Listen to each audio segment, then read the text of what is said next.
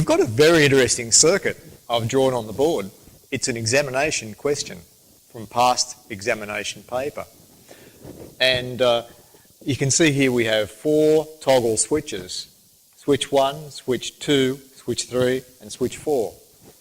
I've got 12 volts connected here to the top contact on each switch. The bottom contact on each switch is connected to ground. The question says if switch 2 is connected to 12 volts and the other switches are connected to ground, find V out. It's not a question which is as easy as it first looks. In fact, it took me a little bit of time to solve this question, and it has to be redrawn a few times. Of course, to look at the circuit without doing any changes to it, not impossible, but you'd really struggle to solve it. So the best way to go about this is, of course, to redraw it. So we'll have a go at doing that, just concentrating on the fact that we've got only switch 2 going to 12 volts, the rest going to ground. Therefore, we can first of all redraw starting from the top, I think. 24K goes to ground and 24K goes to ground. So what have we got there? In fact, 24K resistors, a pair of them in parallel, become 12K. 12K with those two in series with 12K, and then coming into a node which comes 24K up to 12 volts. Let's go ahead and try and redraw the circuit then. So I've got a bit of a few scratchings on paper. I'll just have a go at doing that then. I can squeeze it in here, up here, 24K.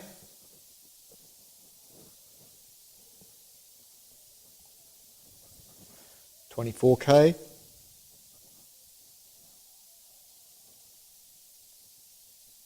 And then along through the 12K.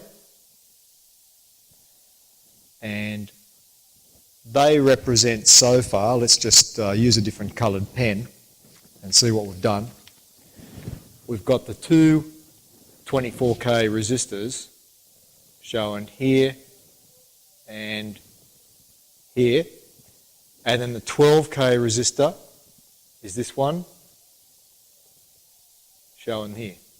These two become in parallel, 12K, in series with 12K, of course gives me 24K between ground and this point here.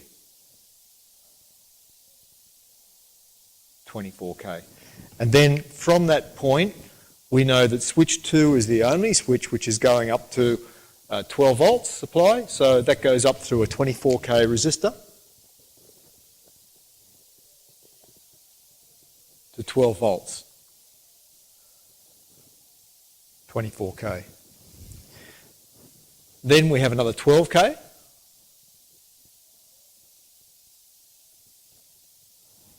and the 12K comes down through 24K to ground, along through another 12K,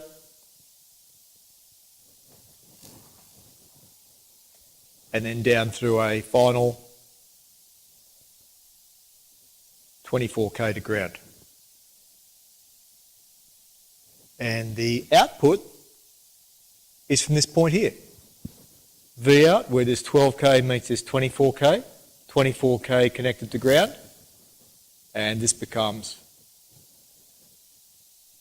V out. And of course the question said, find V out. So we've got quite a bit of solving to do before we even get close, I think, to finding what that value of V out is. You'd want to hope in an examination this question was worth a lot of marks, because you've really got to put a great deal of effort and time into solving this question. Remembering that at any one step, if you make a mistake, that's going to flow right through to the end and the whole thing's going to be wrong. So you've got to be very careful to double check your work as you go through this question. All right, let's take a bit of a look then. From this end, what we've got, let's do some looping on this end, I think we can safely loop these two resistors together to give us 36k, and that 36k is in parallel with 24k. So let's just put a loop like that, showing a junction between these two loops. 36 in parallel with 24, we'll write it down here, 36 in parallel with 24, which is going to give me 14.4k between that point there and ground. And then we have to add the 12k to it to find the ohmage between this point, ignoring this part of the circuit, just looking from here to ground. We have to add 12k, and that gives us 26.4k. All right, so we had the 26.4k, which I realise is slightly off the screen down there. At this point here then, to start squeezing things in up here, we've got the 24k, which was on the left-hand side of this major node, 24k, and that's going to be in parallel with the 26.4k that we just had on the right-hand side,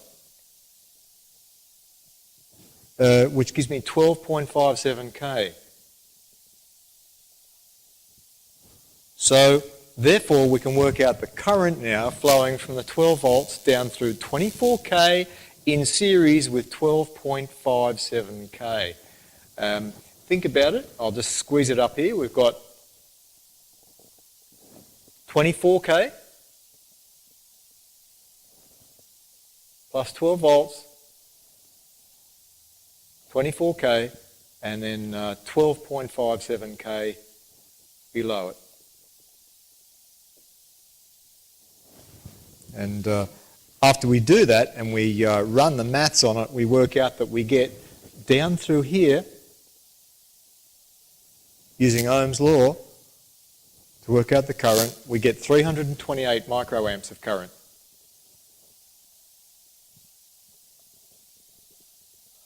Microamps of current travelling down through here. That is going down through the 24k here and down through the 12.57k, which is the equivalent resistance of this left-hand side of the circuit and the right-hand side of the circuit there. Once we've got that, we can go back to our original, well, we'll use one resistance for the left side, one resistance for the right side. So I can just come off this point here and I'll draw 24k, which is here, and the 26.4k over here, and then we can do a current divider with that, because we know what the REQ, the equivalent resistance of these two, is. REQ of these was 12.57. 12.57 divided by 24k multiplied by 328 microamps, case 1. Case 2, 12.57, which is the REQ of the two branches, divided by the 26.4, okay, again times 328 microamps, and that allows me then to know the current going down through each one of the branches in the network. So after we run the maths on that, we can write down the values here on this part of the circuit. So we end up with 171 microamps down this side. Let's put 171. And this is the side we're interested in because this is the output side. We end up with 156 microamps here. 156. That's going to be microamps. So now I've really started to get a bit of a mess on the board, but I've tried to keep the video quite simple by having some work done on paper first of all. Now I'll take the left-hand side of this circuit, and I've just got enough space on the video screen that I can squeeze some figures over here.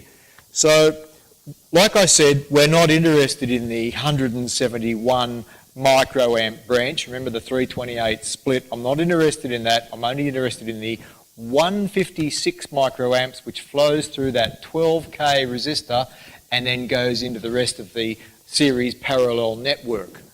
So we have to redraw that. I'll do that here. Here's our 12K. And that splits, comes down into an REQ of 36K. Over on this side we had a 24K. Remember, we had 24K and we got the 36 in parallel with the 24 over here. We had to completely simplify the entire circuit to get the total amount of current that was flowing, and then we have to break that current down into individual networks.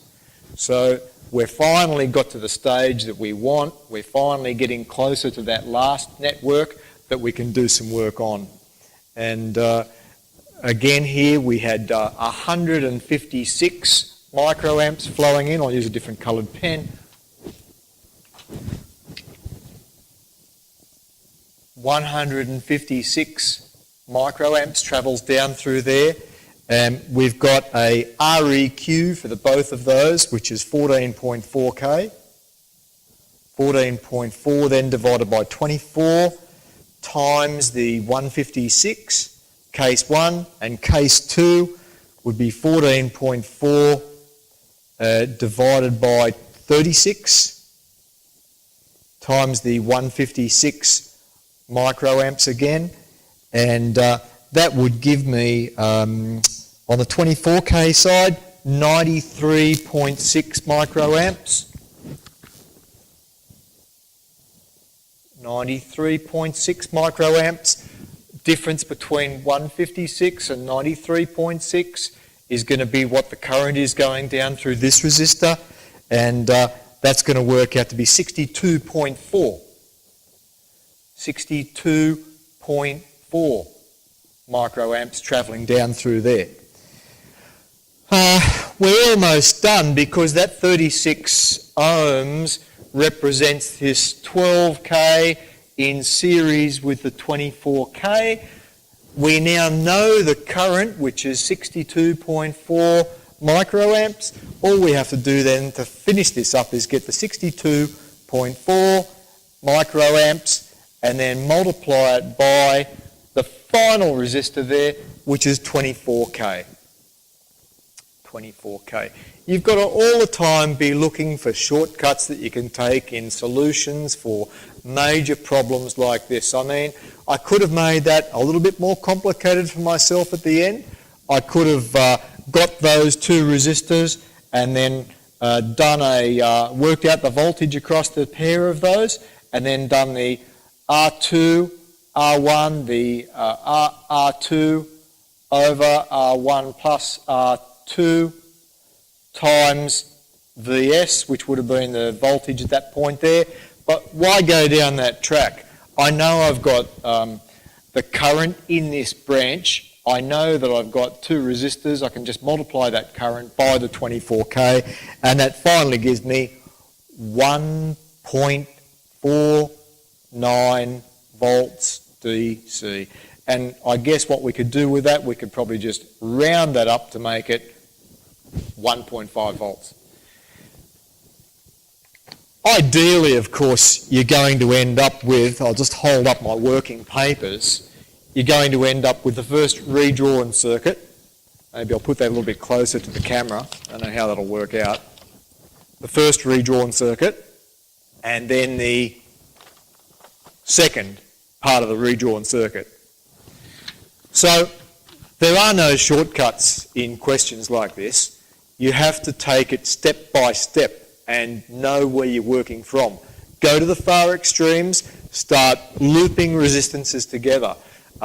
Loop the parallel networks together and get a new REQ. And then if that's in series with something, another loop, preferably in a different colour, and get the new REQ for that. And it's a case of just bundling them all together.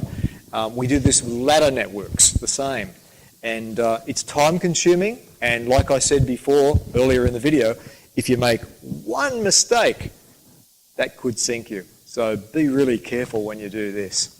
All right, that's all I'll do for that video. This video, it's been a fairly longer production than I thought, but that's because the question is quite involved, and the working out for the question is quite involved as well. Okay, enjoy.